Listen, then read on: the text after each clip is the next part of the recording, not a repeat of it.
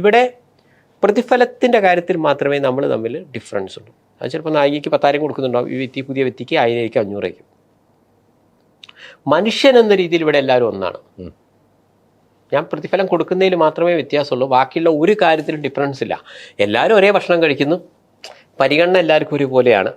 മനസ്സിലായില്ലേ? അല്ലാതെ ഞാനൊരു നായിക, ഞാനിതിലൊരു മെയിൻ വില്ലൻ കഥാപാത്രം, ഇങ്ങനെയൊന്നുമില്ല. ഞാൻ പറഞ്ഞു എല്ലാവരും ഒരേപോലെ. അതുകൊണ്ട് ഈ ഒരു കാര്യത്തിലും ഈ ഒരു ഡയലോഗ് പറഞ്ഞ് എൻ്റെ അടുത്തേക്ക് വരരുതെന്ന്. അല്ലാതെ ഓക്ക് ഇങ്ങനെ സാർ ഞാൻ നായിക ആയതുകൊണ്ട് എനിക്ക് വലിയ റൂം തരുമോ, എനിക്ക് AC തരുമോ, ഇങ്ങനെയൊന്നുമില്ല. അവിടെ വരുന്ന എല്ലാവർക്കും ഒരേ സന്തോഷം പണ്ടിട്ടും അങ്ങനെ തന്നെയാണ് യൂസ് ചെയ്യുന്നത്.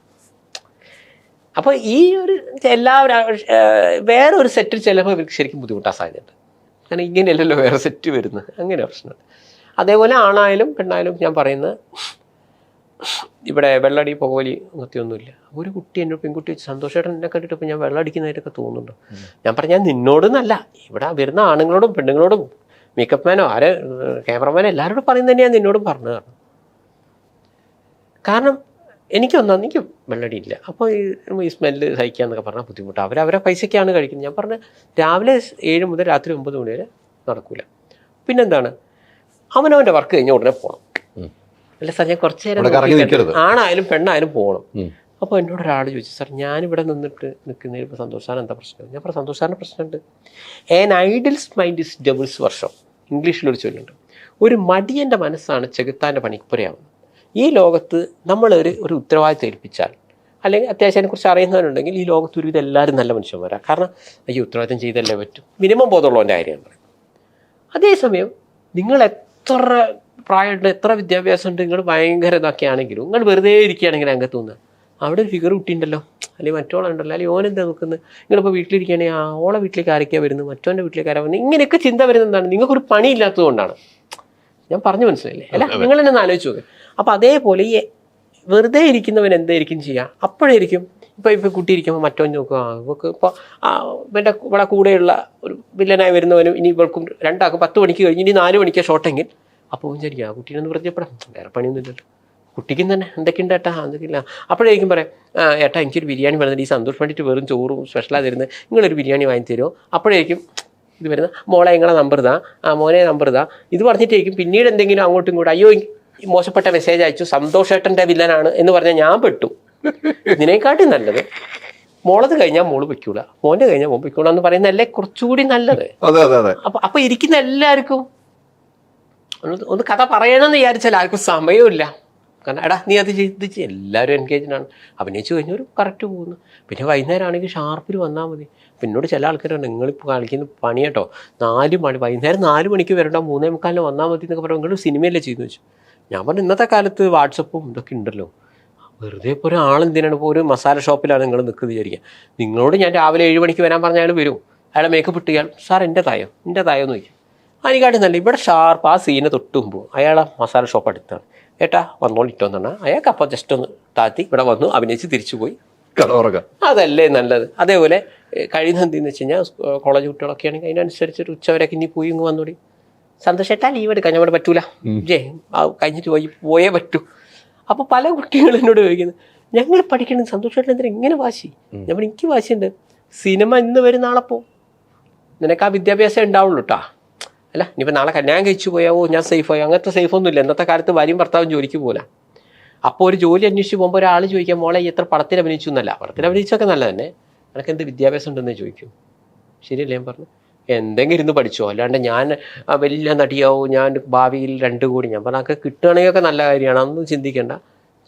പക്ഷെ എൻ്റെ ഒരു ശൈലിയാണ് ഞാൻ മനസ്സിലാക്കുന്നത്. അല്ല അത് നല്ലൊരു ഒരാളും പറഞ്ഞു കൊടുക്കാത്ത കാര്യങ്ങളാണ് താങ്കൾ സെറ്റിൽ നിന്ന് കിട്ടുന്നത്. മറ്റേത് അവിടെ ഇരിക്കുക, രാവിലെ മേക്കപ്പ് ചെയ്തിരിക്കുക, സീൻ എടുക്കണ 6 മണിക്കായിരിക്കും, രാവിലെ തന്നെ 9 മണിക്ക് വരെ ഇന്ന് ഷോട്ട് ഇല്ല കേട്ടോ, അത് വീട്ടിൽ ആ മേക്കപ്പ് ഇട്ട് അഴിച്ചിട്ട് പോകേണ്ട ഗതികേട് വരും. അല്ല ഇതൊക്കെ ഒരു രീതിയാണ് താങ്കൾ ചെയ്യുന്നത്. പക്ഷെ അതിൽ എത്രയോ പൈസയുടെ നഷ്ടം താങ്കളും ചെയ്യുന്ന സിനിമയാണ് അവരും ചെയ്യുന്ന സിനിമയാണ്, അതാണ് വ്യത്യാസം. പക്ഷെ നിർമ്മാതാവിന് ഈ നഷ്ടമൊക്കെ വരുന്നത് ആലോചിച്ച് നോക്ക്. ഇപ്പം ഞാൻ വൈകുന്നേരം ഒരു കുട്ടിയെ വിട്ടു മോളെ സന്തോഷമായിട്ട് ലോഡ്ജിൽ നിൽക്കണം, എന്തിനാണ് എനിക്ക് രാവിലെ ഇത്രയും ബസ്സില്ല, രാവിലെ 6:15 കൊണ്ട് കയറിക്കുക, അല്ലെങ്കിൽ ഫസ്റ്റ് ഷോട്ട് നിൻ്റെ അല്ല 9 മണിക്ക് വന്നാൽ മതി എന്ന് പറയുന്നിടത്ത് സന്തോഷമായിട്ട് എന്തൊക്കെ ലാഭമുണ്ട്? ലോഡ്ജിൽ ലാഭിക്കാം, രാത്രിത്തെ ഫുഡ് വേണമെങ്കിൽ ആ കുട്ടി വേണമെങ്കിൽ ബ്രേക്ക്ഫാസ്റ്റ് കഴിച്ചു വരും, അല്ല 9 മണിക്ക് 10 മണിക്കുള്ളതിന് നമുക്ക് വിജയമുള്ളൂ.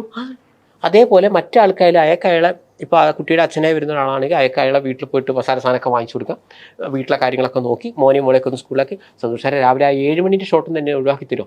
ചേട്ടൻ പറയും സാർ ആ 7 മണി കിട്ടിയാൽ സാറ് കാര്യം ചെയ്യും ഉച്ചയ്ക്ക് തന്നെ വിടുമോ? അപ്പോൾ എല്ലാവരുടെ എല്ലാ കാര്യം നടക്കുന്നുണ്ട്. ഒരു ഗവൺമെൻറ് ഉദ്യോഗസ്ഥനാണ് എൻ്റെ സിനിമയിലേക്ക് വരുന്നത്, ഞാൻ പറയും ചേട്ടാ 10 മുതൽ 5 മണി വരെ പോയിരിക്കണം. അപ്പോൾ ഞാൻ അഭിനയിക്കണ്ടേ? നിങ്ങൾ രാവിലെ വരിക, എന്നിട്ട് ഇയാൾ 10 മണിയാകുമ്പോഴേക്കും ഞാൻ ഇയാളെ നിർത്തി വിടും, എന്നിട്ട് ഇയാൾ 5 മണിക്ക് അത് കഴിഞ്ഞ് പിന്നെയും വരാം. അപ്പോൾ ഇയാൾ വയ്ക്കുന്നത് മനുഷ്യ എനിക്ക് 20 ക്യാഷ് ഉണ്ട്, ഇനി ഞാൻ ഇവിടെ എടുക്കുന്നൊരു സന്തോഷ് സാറിന് എന്താ പ്രശ്നം? ഞാൻ പറയും എനിക്ക് പ്രശ്നമുണ്ട്, നിങ്ങളെ നോക്കിയിട്ട് അവിടെ ഒരുത്തം വരുമ്പോൾ നിങ്ങളെ കണ്ടില്ലെങ്കിൽ ഇൻഡയറക്റ്റ്ലി എനിക്കാണ് അതിൻ്റെ ഇത് വരുന്നത്. സന്തോഷിന്റെ പടത്തിൽ അഭിനയിക്കാൻ പോയപ്പോ അങ്ങനെയല്ല പറയണ. യെസ് അങ്ങനെയല്ല വരിക. അപ്പം ഞാൻ പറയുന്നത് എല്ലാവരുടെയും അനുഗ്രഹത്തിലൂടെ വേണം ഒരു സിനിമ മുന്നോട്ട് പോകാൻ. എല്ലാവരും അല്ലാണ്ട് ഒരു ബംഗാളികൾ പണിയെടുക്കുന്നോളൂ. ഞാൻ ഇപ്പം എന്താണ് 8 മണിക്ക് വന്ന് 5 മണി വരെ ഇപ്പം എന്തൊക്കെയാണ് വേണ്ടത്? കരിങ്കരി പണി, ആ പണി ഓക്കെ കഴിഞ്ഞേ. ഈ മാനസികാവസ്ഥയിലാണോ ഒരാൾ ഒരു സിനിമയിൽ അഭിനയിക്കാൻ പോകുന്നത്? നിങ്ങൾ ആലോചിച്ച് നോക്കുക. അയാളും ചിലപ്പോൾ 7 മുതൽ 9 മണി വരെ ഇരിക്കും. അയാൾ ചെയ്യുന്നതിന് 2000 5000 ആൾ വാങ്ങുന്നുണ്ടാവും, ഈക്വൽ ടു ബംഗാളി തന്നെ. പക്ഷേ അതിനേക്കാൾ നിങ്ങൾക്ക് സന്തോഷം ഉണ്ടാവില്ലേ നിങ്ങൾ ചെയ്ത സാധനം ആ തിയേറ്ററിൽ ഇറങ്ങുമ്പോൾ?